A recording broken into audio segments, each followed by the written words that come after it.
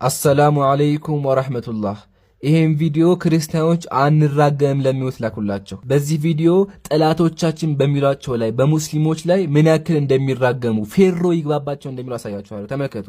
መጽሐፈ አርጋን ነው እንደዚህ ይላል። ምዕራፍ 6 ላይ ፔጅ 27 በዕብራይስጥ ማርያም የተባልሽ የተመረጥሽ እመቤቴ ሆይ አንቺም ደግሞ በጠላቶቼ አንገት የብረት ዛንጅር አግቢባቸው፣ ብረት አንገታቸው ላይ ይሰካባቸው ይላሉ።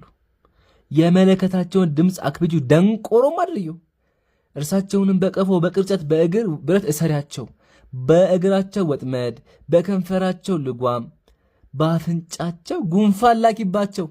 ጉንፋን ላኪዋ ማርያም ናት። የሚያስልኩት ደግሞ ማን ናቸው?